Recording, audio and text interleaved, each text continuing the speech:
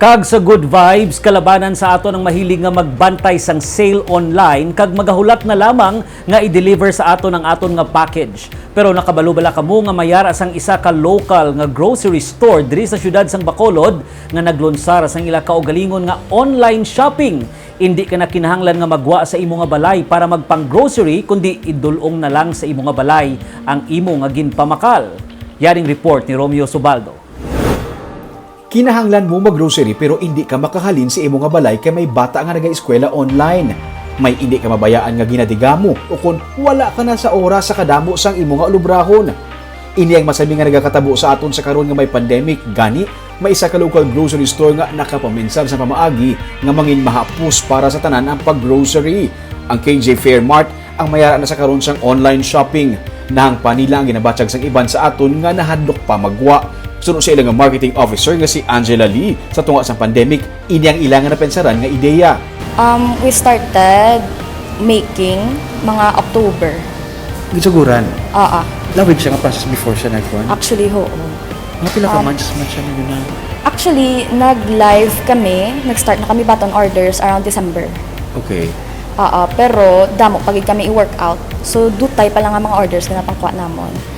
So, pero right now, I think, okay na nga mo Na-replace na siya. website. Oo. Pwede ka pa kapili kung ikaw ma-pick up sa imo nga groceries, pwede man makapadeliver.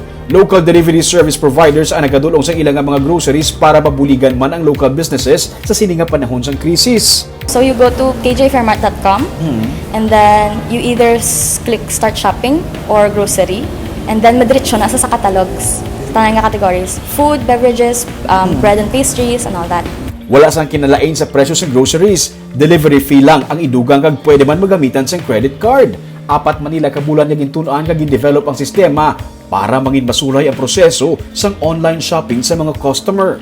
Hindi kami, grocery lang kami bala, sir. Start, physical grocery delivery. Oo, so wala kami idea. In the beginning, wala kami idea how the delivery industry works. So wala kami kabalo sang how to, mga zoning, paano mabutang sa setting, nga amo nga kilometer, amo ni siya nga fee. So, kinanglan ko pagid bala tunan, oo. Bilang isa ka local business kag bag-uhan sa digital marketing, aminado si Angela nga kadamo pa sila sang dapat nga matun-an.